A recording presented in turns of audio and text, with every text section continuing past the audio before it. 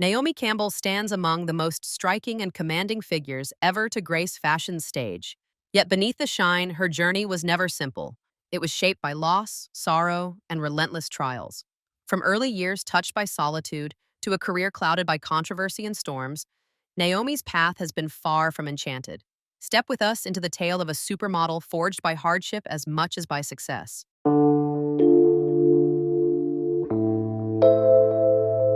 By the late 2000s, Naomi Campbell had lived several lifetimes worth of triumph and disgrace. She had walked for the greatest designers in the world, earned millions, been adored and vilified in equal measure.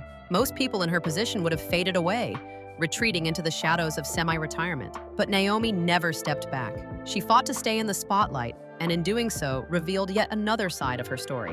This was not the story of a young model clawing her way to the top, nor of a scandal-ridden star battling the tabloids. This was a woman who had survived it all: addiction, humiliation, betrayal, and was determined to endure. Yet even resilience carried its own tragedy. For Naomi Campbell, survival did not bring serenity. It brought loneliness, scrutiny, and a constant battle against time itself. In 2007, just months after her humiliating community service sentence, Naomi made a surprise return to the runway. She walked for Dior in a show that was as much about redemption as fashion. Her stride was the same, commanding, elegant, untouchable, but the meaning was different. Naomi wasn't just modeling clothes. She was proving once again that she could not be erased. In the years that followed, she became a fixture of high-profile comebacks. She closed the Versace tribute show in 2017, honoring Gianni Versace 2 decades after his death. She walked for Valentino in 2019, the only model over 40 in a sea of teenagers. Campaigns with Burberry, Prada, and Balmain kept her face on billboards.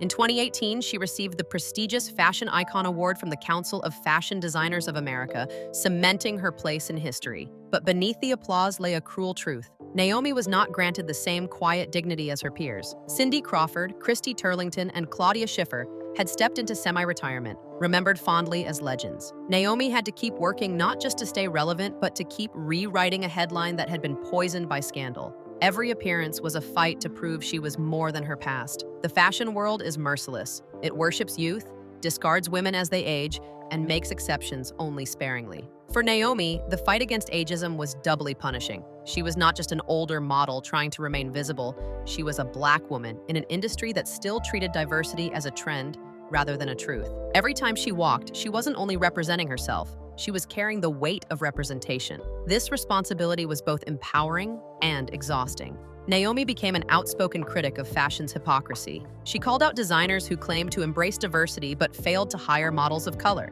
She used her influence to bring African designers to global stages, ensuring that younger models wouldn't have to fight the same lonely battles she had faced. But the irony was stark. While she fought to open doors for others, she was still battling to keep her own place secure. If Naomi's professional resilience was extraordinary, her personal life was far more fragile. Throughout the years, she had been linked to some of the most famous men in the world: boxer Mike Tyson, actor Robert De Niro, Formula One boss Flavio Briatore, and Russian billionaire Vladislav Doronian. But despite the glamour, none of these relationships gave her the stability she craved. Naomi often spoke about wanting a family of her own. The longing was palpable. She admitted to friends and interviewers alike that she wanted children, that she wanted love that lasted. But as the years passed, speculation grew. Was she too focused on her career? Were her relationships too volatile? Or was it something more private? Her struggles with fertility, whispered about but never confirmed. In 2021, she stunned the world by announcing the birth of her first child. She released only a single image, a tiny pair of feet resting in her hands. The secrecy spoke volumes. Even in joy, Naomi couldn't celebrate openly. She had spent too many years watching her private life torn apart by tabloids. The most precious thing she had ever achieved had to be shielded from the world. Naomi was often described as selfish, but that image ignored her extensive philanthropic work. In 2005, she founded Fashion for Relief, a charity that combined the glamour of the runway with fundraising for global causes, from Hurricane Katrina victims to Ebola relief. She championed African designers and became an unofficial ambassador for the continent's fashion scene, using her star power to elevate voices long ignored by the West. And yet, even here, tragedy lingered. Her efforts were rarely covered with the same enthusiasm as her scandals. A community service punishment would dominate headlines. A multi-million-dollar fundraiser would barely register. Naomi gave back constantly, but the world rarely cared unless she was falling apart. It was as if her philanthropy had to exist in the shadows. drowned out by the louder story of her supposed volatility. Even as she entered her 50s, Naomi could not escape controversy. Lawsuits from former employees, whispers about unpaid bills, and resurfaced anger management stories kept her name tied to negativity. Unlike other celebrities who reinvented themselves in middle age, Naomi was rarely allowed that grace. To the public, she remained a supermodel with a temper, regardless of how many years had passed since her last outburst. The persistence of these scandals left Naomi isolated. Many of her peers married, built families, and moved into quieter lives. Naomi was still on magazine covers, but behind the scenes, she seemed increasingly alone. Friends described her as fiercely private, guarded to the point of paranoia. After decades of betrayal, she trusted very few. In one sense, Naomi Campbell achieved the impossible. She survived an industry designed to consume and discard women. She survived addiction, scandal, and the cruelty of a press that never forgave her. She remained not just relevant, but iconic, decades after her peers had stepped away. But survival is not the same as peace. Naomi's resilience came with a heavy emotional toll. She once admitted in an interview of how lonely she felt. The words shocked many, but they revealed a raw truth. Her life, so full of beauty and success, was also marked by deep isolation. Looking back at Naomi Campbell's life, one cannot separate the brilliance from the bruises.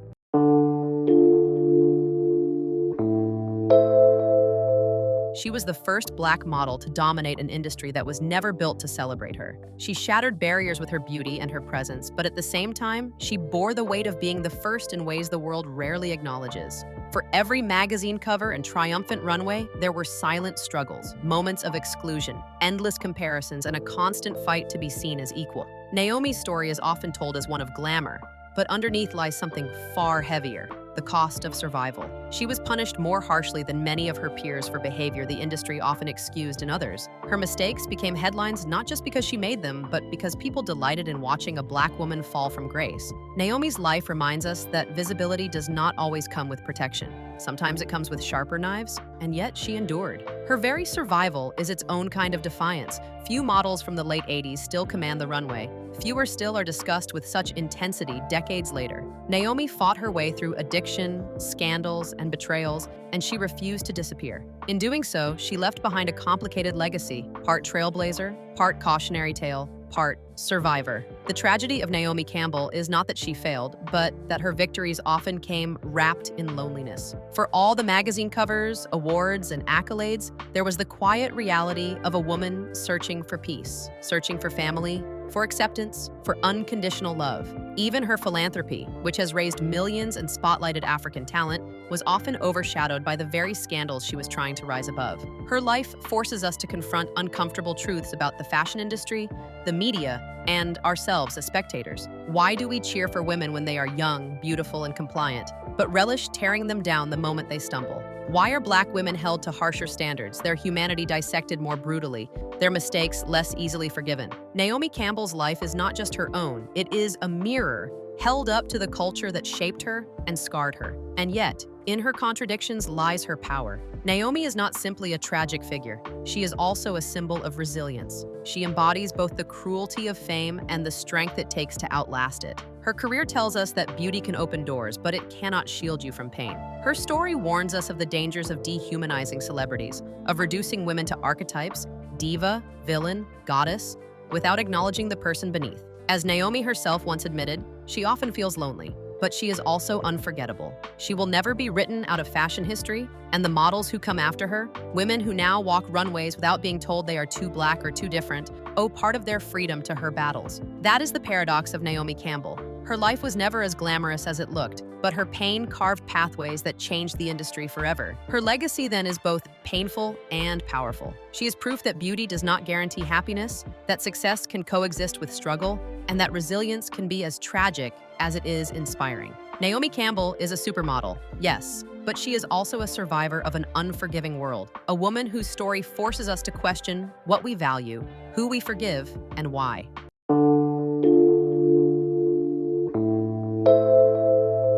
Naomi Elaine Campbell was born in Streatham, South London. To the outside world, it might seem that destiny had prepared her to be extraordinary, but her earliest years were marked not by glamour, but by absence and instability. Her mother, Valerie Morris, was a Jamaican-born dancer who often worked abroad, and her father disappeared before Naomi was even born. She never knew him. not even a photograph to hold on to. For a child, that kind of silence leaves scars that no stage school or magazine cover could ever heal. Naomi Campbell grew up on the tough streets of South London. Before she was even born, her father left, and her mother, often away, worked tirelessly to put her daughter in prestigious stage school. Naomi was of Afro-Jamaican and Chinese-Jamaican heritage, a mix that made her stand out in a Britain where diversity was far from celebrated. In the 70s, London was still gripped by racial tension, and Naomi grew up acutely aware that she was different. For a young girl longing for stability, the feeling of not belonging, of being othered, was an invisible weight. Her mother, determined to give Naomi opportunities she never had, enrolled her in the Barbara Speake Stage School and later at the Italia Conti Academy of Theater Arts. Naomi studied ballet and dreamed of being a dancer. She had the discipline, the posture, and the raw talent.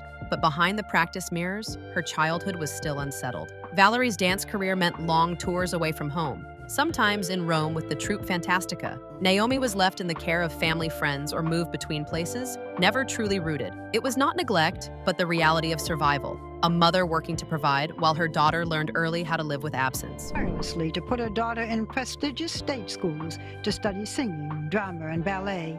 It was, she says, a very lonely and anxious time. At just 7 years old, Naomi appeared in Bob Marley's Is This Love video, a chance encounter that seemed glamorous to outsiders. To Naomi, it was simply another reminder of being placed in adult spaces before she was ready. 2 years later, she danced in Culture Club's I'll Tumble For Ya video. Even then, she carried a striking presence, but she was still only a child, performing in worlds where appearances mattered more than emotions. School was no escape.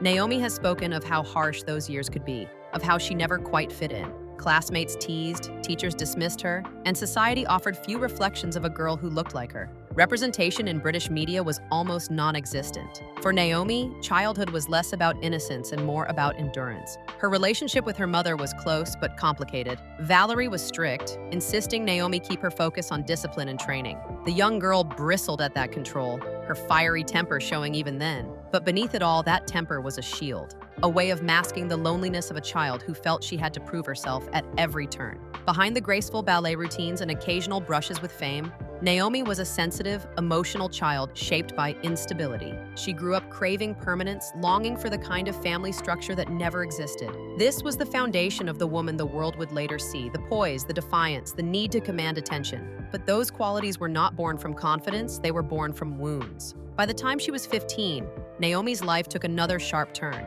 Walking through Covent Garden, she was spotted by Beth Bolt, head of Supermodel agency. It seemed like fate had found her, plucking a girl from South London and dropping her on the doorstep of an industry obsessed with beauty. On an ordinary day in Covent Garden, she was spotted by Beth Bolt, head of Supermodel agency. To most teenagers, being approached by a scout would feel like a dream. For Naomi, it was a door opening into a world she didn't yet understand. The girl who had been training for ballet suddenly found herself thrust into an industry where beauty was currency and vulnerability was a liability. Within months, Naomi was modeling professionally. At 16, she landed the cover of British Elle, a feat almost unheard of for someone so young, and even rarer for a black teenager in the 1980s. Naomi's 16 years old, aren't you? Now, you are actually featured in the book. That's right, and she's on the cover as well. So. She's on the cover as well. Now, she's actually, do you want to come forward a bit so we can have a good look at you? Why does she make a good cover girl? She's got an amazing personality, apart from being very pretty. She's incredibly professional. I mean, even at 15, she was turning up on sessions with bagfuls of gear and, with necklaces and makeup and everything like that. The photographs showed confidence and poise, but behind the camera was a girl who had skipped straight from childhood insecurity into the adult gaze of the fashion world. The attention was intoxicating, but it was also isolating. Fame rarely gives without taking. As the 1980s drew to a close, Naomi's career moved at breakneck speed. She was welcomed into the most exclusive circles of high fashion, joining the ranks of what would later be called the supermodels. Alongside Cindy Crawford, Linda Evangelista, Christy Turlington, Claudia Schiffer, and Kate Moss, Naomi became part of an elite club that redefined beauty for a generation. But unlike most of her peers, Naomi's presence on the runway was political by default. She wasn't just admired for her looks, she was scrutinized because of her skin. Fashion has long sold the illusion of glamour, but behind the lights was an industry riddled with racism. Naomi spoke openly years later about how often designers or magazines rejected her simply because she was black. She would see white models booked for campaigns while she was passed over, regardless of her talent. It was only through the intervention of allies like Yves Saint Laurent, who refused to present collections without her, and Gianni Versace, who showcased her in some of his most iconic shows, that Naomi broke through barriers that had silenced countless others. To the world, she was blazing trails. To Naomi, she was fighting to exist in a system that wanted her beauty, but not her identity. By the early 1990s, Naomi was everywhere. She became the first black model to grace the cover of French Vogue in 1988, and, soon after, the first black model on the cover of Time. These were historic achievements, but history can be a lonely companion. Naomi herself admitted that, while she understood the significance, she also felt the weight of being the first. In fact, she was the first black model to appear on French Vogue and other European magazines.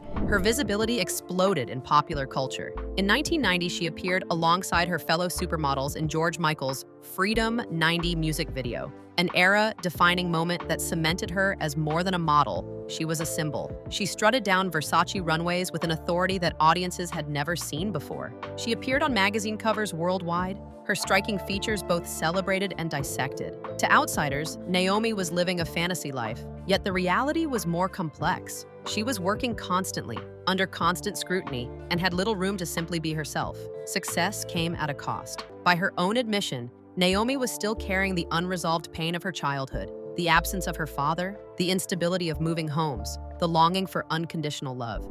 Well, for instance, not knowing your father, not seeing your mother, that brings up a lot of, it manifests a lot of feelings. The modeling industry, with its relentless pace and harsh judgments, provided no refuge. Instead, it magnified her insecurities. Every casting call that rejected her because of her race cut deeper. Every tabloid headline that painted her as difficult reinforced the feeling of being misunderstood. Behind the flawless runway walk was a young woman struggling to reconcile the image the world demanded with the fragile self she kept hidden. Her rise was also marked by the first signs of the fiery temper that would later dominate tabloid headlines. Colleagues recalled that Naomi didn't shrink back when she felt disrespected. Some saw it as arrogance. Others recognized it as survival. In an industry that frequently chewed up and discarded women, especially women of color, Naomi's refusal to be silent was both her shield and her burden. By the time she reached her early 20s, Naomi Campbell was one of the most photographed women in the world. She had money, fame, and influence, yet she often described herself as lonely.